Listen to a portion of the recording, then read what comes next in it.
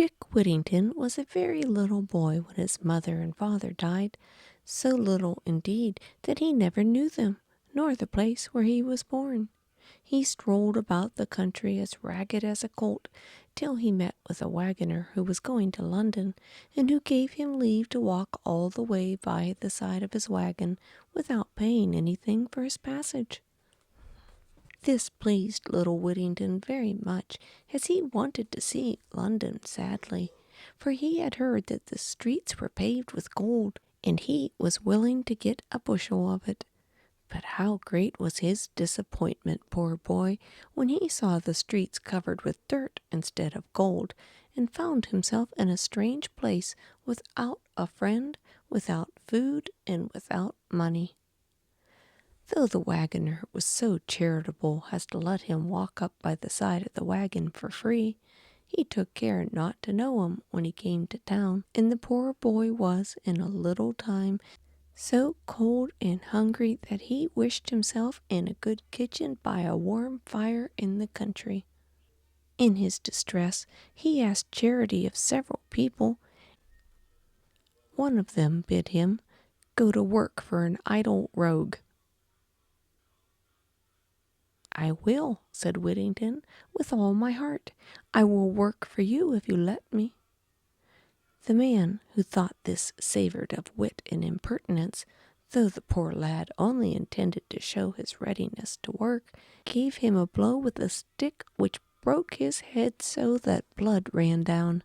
In this situation, and fainting for want of food, he laid himself down at the door of one Mr. Fitzwarren, a merchant, where the cook saw him, and, being an ill-natured hussy, ordered him to go about his business or she would scald him. At this time Mr. Fitzwarren came back from the exchange, and began also to scold at the poor boy, bidding him go to work. Whittington answered that he should be glad to work if anybody would employ him, and that he should be able if he could get some victuals to eat, for he had had nothing for 3 days, and he was a poor country boy and knew nobody, and nobody would employ him. He then endeavored to get up, but he was so very weak he fell down again, which excited so much compassion in the merchant that he ordered the servants to take him in and give him some meat and drink, and let him help the cook to do any dirty work that she had to set him about. People are too apt to reproach those who beg with being idle, but give themselves no concern to put them in the way of getting business to do, or considering whether they are able to do it, which is not charity.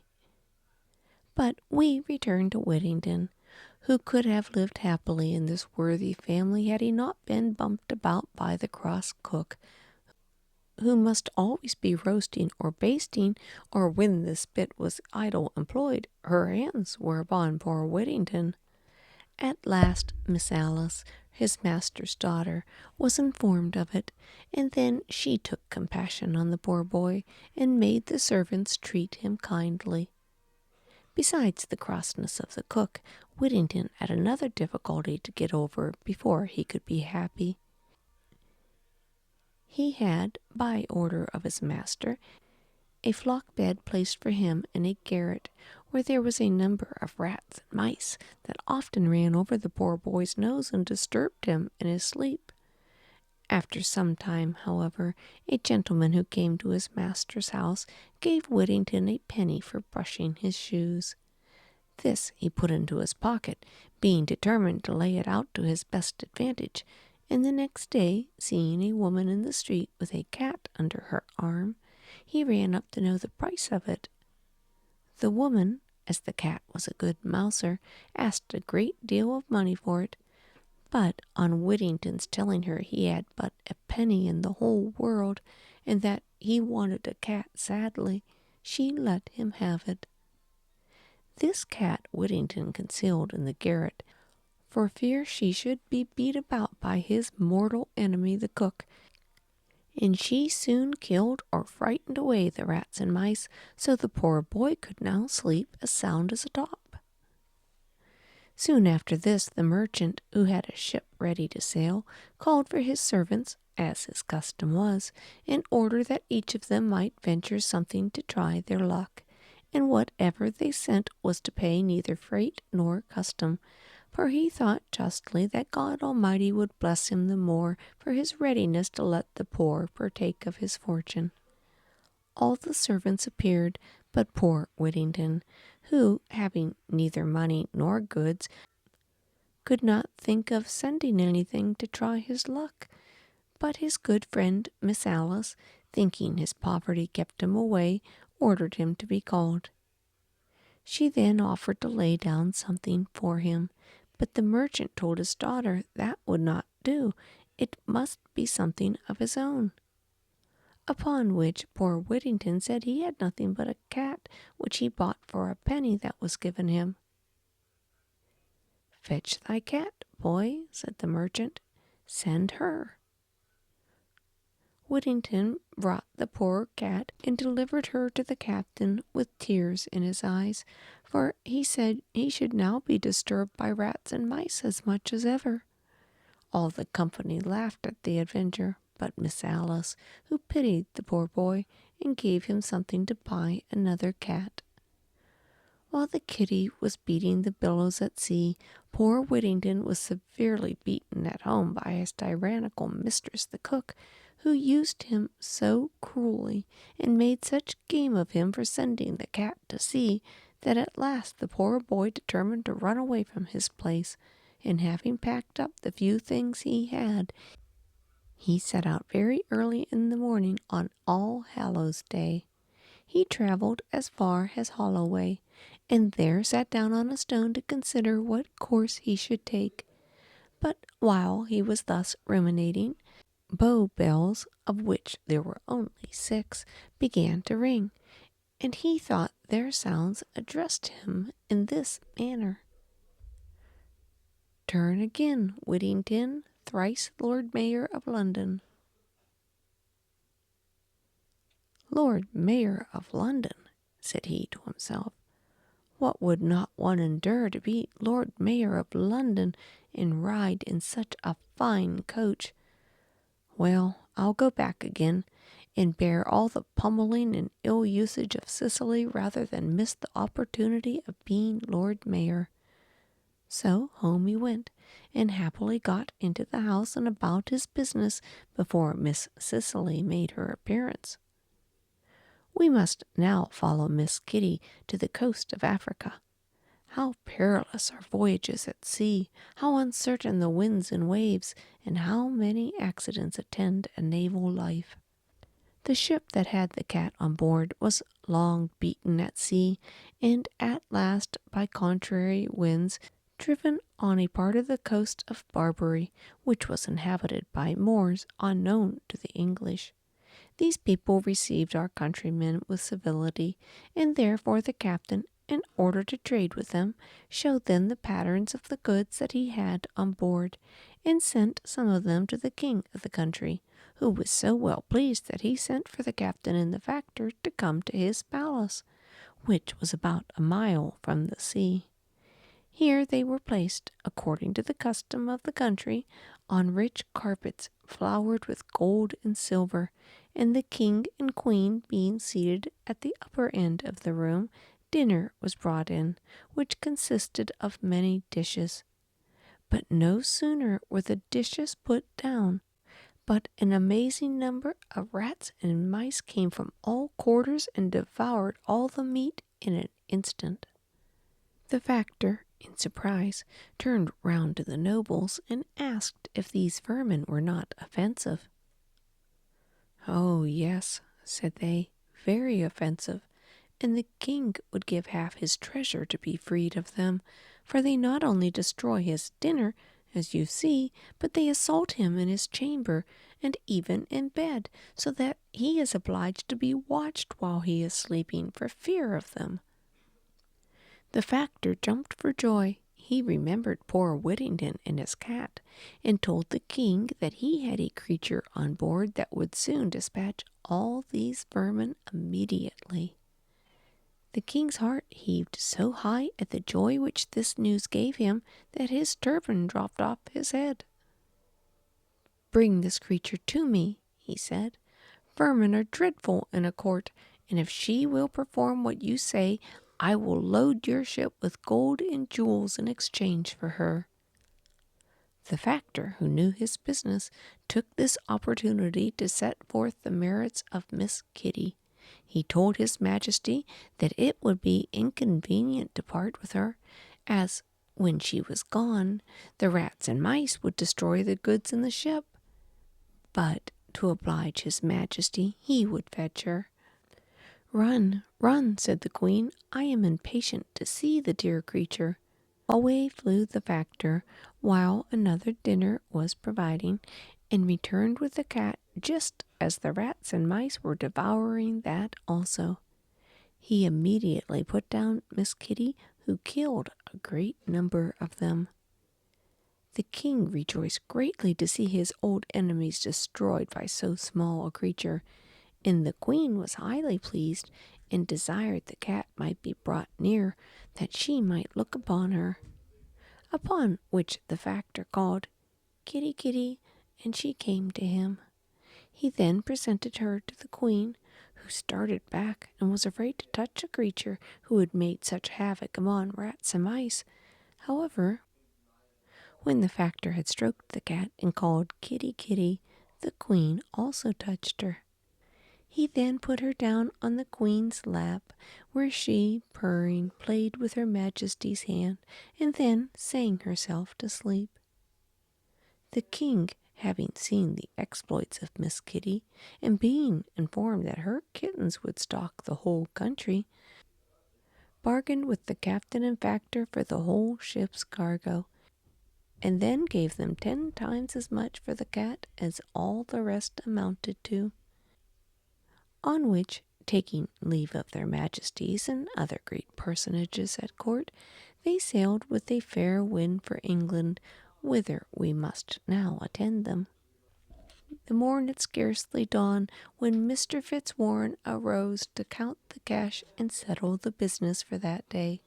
He had just entered the counting house and seated himself at the desk, when somebody came tap, tap at the door. "Who's there?" called Mr. Fitzwarren. "A friend," answered the other. "What friend can come at this unseasonable time?" "A real friend is never unseasonable," answered the other. "I come to bring you good news of your ship Unicorn." The merchant bustled up in such a hurry that he forgot his gout, instantly opened the door, and who should be seen waiting but the captain and the factor, with a cabinet full of jewels and a bill of lading, for which the merchant lifted up his eyes and thanked heaven for sending him such a prosperous journey. Then they told him the adventures of the cat, and showed him the cabinet of jewels which they had brought for Mr. Whittington. Upon which he cried out with great earnestness, but not in the most poetic manner, "Go, send him in, and tell him of his fame, and call him Mr. Whittington by name." It is not our business to complain upon these lines. We are not critics, but historians. It is sufficient for us that they are the words of Mr. Fitzwarren, and though it is beside our purpose, and perhaps not in our power, to prove him a good poet, we shall soon convince the reader that he was a good man, which was a much better character. For when some who were present told him that this treasure was too much for such a poor boy as Whittington, he said, "God forbid that I should deprive him of a penny. It is his own, and he shall have it to a farthing." He then ordered Mr. Whittington in, who was at this time cleaning the kitchen, and would have excused himself from going into the counting house, saying the room was swept and his shoes were dirty and full of hobnails. The merchant, however, made him come in, and ordered a chair to be set for him. Upon which, thinking they intended to make sport of him, as had often been the case in the kitchen, He besought his master not to mock a poor simple fellow who intended them no harm, but let him go about his business. The merchant, taking him by the hand, said, "Indeed, Mr. Whittington, I am in earnest with you, and I sent for you to congratulate you on your great success.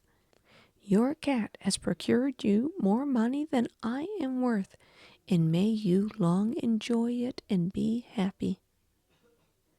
At length, being shown the treasure, and convinced by all of them that it belonged to him, he fell upon his knees and thanked the Almighty for his providential care of such a poor and miserable creature.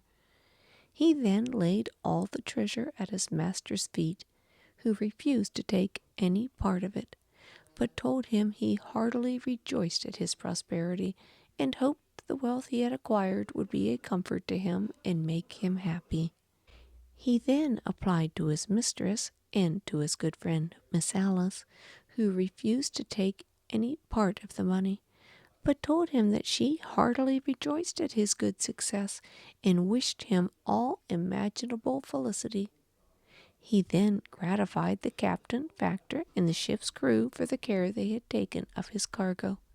He likewise distributed presents to all the servants in the house, not forgetting even his old enemy the cook, though she little deserved it. After this, Mr. Fitzwarren advised Mr. Whittington to send for the necessary people and to dress himself like a gentleman, and made him the offer of his house to live in till he could provide himself with a better. Now it came to pass, when Mr. Whittington's face was washed, his hair curled, and he dressed in a rich suit of clothes, that he turned out a genteel young fellow, and as wealth contributes much to give a man confidence, in a little time he dropped that sheepish behavior which was principally occasioned by depression of spirits, and soon grew a sprightly and good companion, insomuch that Miss Alice, who had formerly pitied him, now fell in love with him. When her father perceived that they had this good liking for each other, he proposed a match between them, to which both parties cheerfully consented, and the Lord Mayor, Court of Aldermen, Sheriffs, the Company of Stationers, the Royal Academy of Arts, and a number of eminent merchants attended the ceremony, and were elegantly treated at an entertainment made for that purpose. History further relates that they lived very happily, had several children, and died at a good old age. Mr. Whittington served as Sheriff of London, and was 3 times Lord Mayor. In the last year of his mayoralty, he entertained King Henry V and his queen, after his conquest of France, upon which occasion the king, in consideration of Whittington's merit, said, "Never had prince such a subject," which being told to Whittington at the table, he replied, "Never had subject such a king." His Majesty, out of respect to his good character, conferred the honor of knighthood on him soon after. Sir Richard, many years before his death, constantly fed a great number of poor citizens, built a church and a college to it, with a yearly allowance for poor scholars, and near it erected a hospital. He also built Newgate for criminals, and gave liberally to St. Bartholomew's Hospital and other public charities.